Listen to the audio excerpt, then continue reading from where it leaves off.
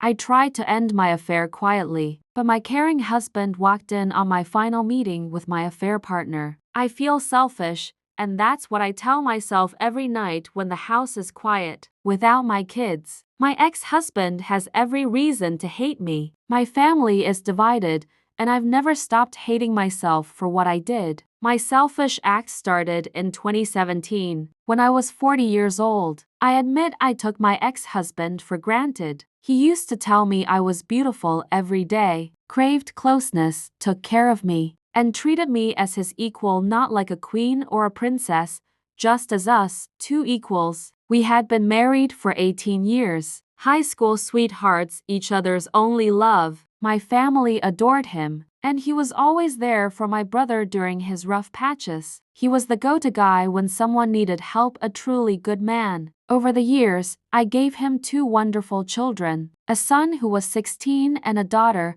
13. I gained weight, felt self-conscious, but he always told me I was beautiful. Arguments were rare, but when they happened, it was often about how distant I had become emotionally. When I turned 40, I made a dramatic change. After a year of intense workouts, yoga, and pilates, I lost 45 pounds. What a transformation for someone who used to be overweight. My husband joined me in the gym but didn't keep up. He lost 30 pounds but never quite matched my dedication. Despite his growing affection, I just wasn't in the mood. We tried dinners, walks, even dancing, but nothing sparked the desire. I thought it was just stress or a hormonal phase, even blaming early menopause. We were intimate every 2 or 3 weeks, but it wasn't enough for him. He wanted more, but I refused. After counseling, my selfishness took over. A new guy at work, a manager, started showing interest in me. He was younger and attractive,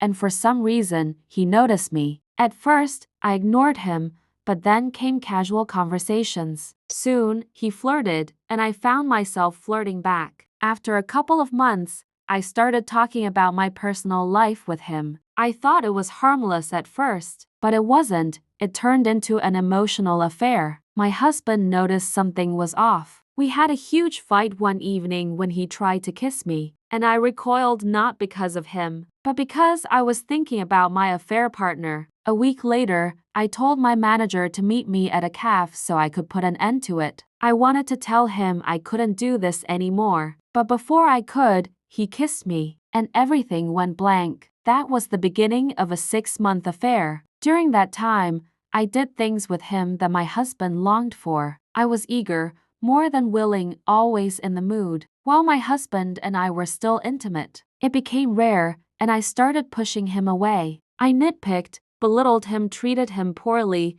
and I hate myself for it. It wasn't until my brother came over and told me that my husband had been confiding in him, saying he felt unloved and was thinking about separation, that I realized how far I had gone. That woke me up. I ended the affair immediately, quit my job, and promised myself I would make my marriage work. I needed to love my husband again, make him feel wanted. But then my affair partner showed up at my house with a box of items from my office. We talked, and he wanted to know what had happened. I told him I had to fix my marriage. I asked him to leave, but he insisted on one last meeting. Foolishly, I agreed. We ended up in the guest room. I don't remember how long it lasted, but suddenly he flinched. There was a loud bang, and my husband stormed in. My affair partner was on the floor, and there was a hole in the wall. I tried to speak, but my husband's eyes were bloodshot, tears streaming down his face. He was in so much pain,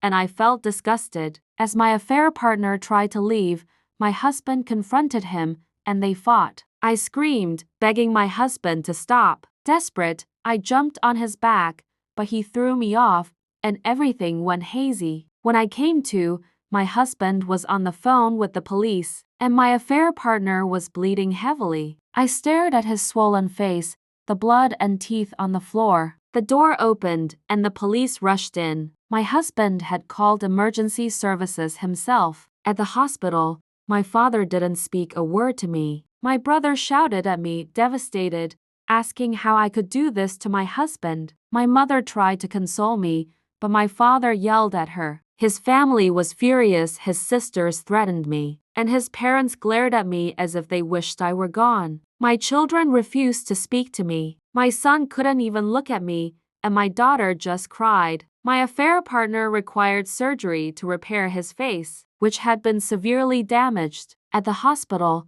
his wife showed up. I didn't know he was married. He never wore a ring or mentioned it. She attacked me immediately, and my brother had to pull her off. It made everything feel even worse. The trial was another nightmare. My kids stayed with my husband's side of the family, and he wouldn't let me near him. When I tried to visit him at the correctional facility, I was denied. My brother made sure my husband was well taken care of. When I asked my brother to pass a message to my husband, he told me to go to hell. During the trial, I saw my husband for the first time in months. He looked at me with such anger that it hurt more than anything else. He used to look at me with love, even in our toughest moments, but now it was all hatred. I had to excuse myself to cry in the bathroom. Every day felt like a constant reminder of what I had done. I tried to hold it all together, but my ex's face was crushed, and my father stood up. Walking out of the courtroom as soon as my ex started his testimony, I learned that he had come home to surprise me with lunch and a weekend getaway to the beach. He had planned a full romantic trip for us,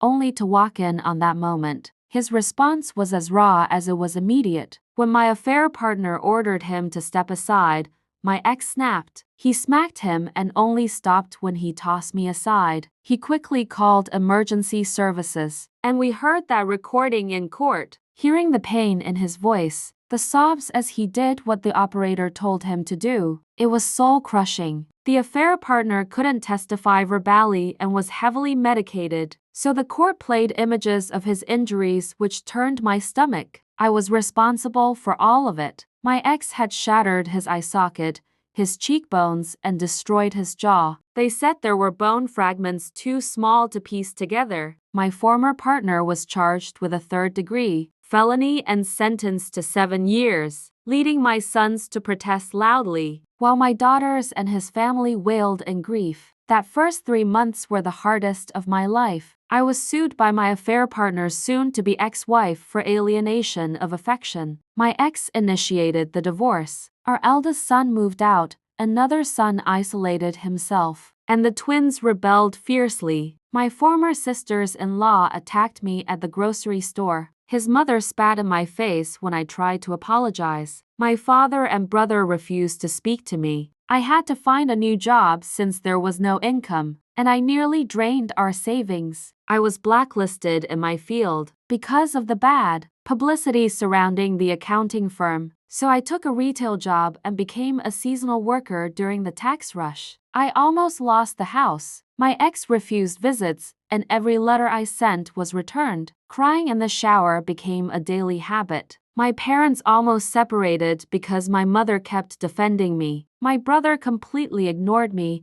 and even lifelong friends took sides. The guilt was overwhelming, and I began contemplating disappearing. Eventually, I sought therapy. My therapist scolded me, saying I had become too comfortable with my ex. I didn't see him as my husband anymore, but as a friend with benefits, and I treated him as such. She was right. I had taken him for granted. Nearly a year passed in silence from my children. When I cook dinner, they take their food and retreat to their rooms, refusing to even look at me. I begged them to speak to me, but they remained silent. My brother got married, and I wasn't invited, but my kids went. I continued trying to visit my ex, hoping he'd add me to the visitor list, but every attempt was denied. Letters were still returned, deepening my depression. One day, out of the blue, my brother came to see me. He scolded me, revealing that my ex had been in the hospital after being attacked in prison. An inmate had stabbed him in the stomach and left him for dead. The inmate was later paralyzed. My brother screamed at me, "You did this." Before leaving, I cried for days because I knew it was true. I tried visiting my ex in the infirmary,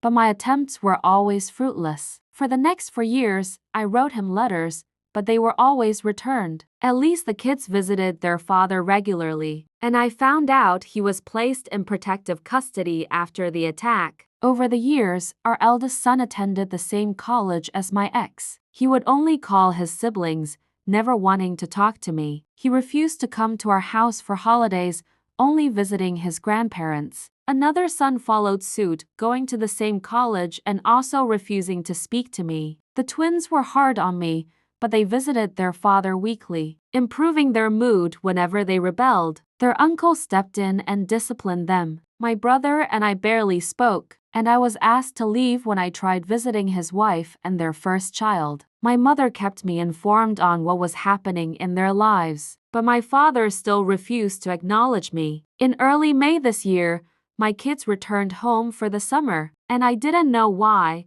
but I didn't care they were back. For 4 months, they were around, and I did everything I could to express my apologies. Most of the time, I was ignored, but slowly, they started talking to me. It was the greatest joy to hear about their lives again. My eldest son had been in a relationship for over a year. My second son was excelling on the college track team, and even my girls started speaking to me again. It was bittersweet, knowing how much I had missed. By the end of August, I was excited for the twins' senior year and their 18th birthday party. But when I suggested celebrating it together, one of them said, "Dad's throwing us a party, and I don't want you near him." I was stunned. I had thought we were healing, but when I asked when their father was released, they told me he had gotten out at the end of April for good behavior. My heart broke even further. The kids were happier because their father was home. They weren't back because of any healing with me. They had him back in their lives, and that was the real reason they were around.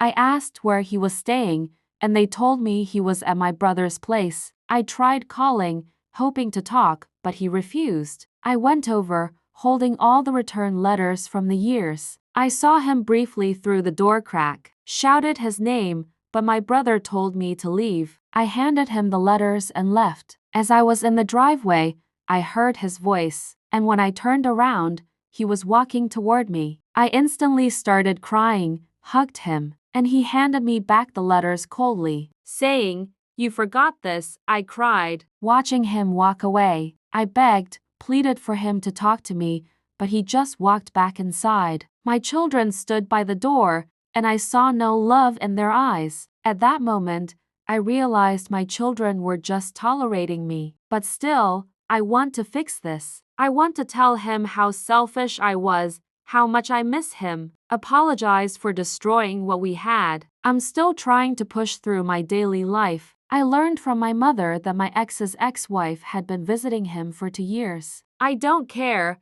I just want him to somehow forgive me, talk to me, be beside me, look at me like he used to. I want my kids beside us, I want my family back, but I know I don't deserve it. Even if by some miracle we become one again, it will never be the same. I was selfish, and I wish I could take it all back.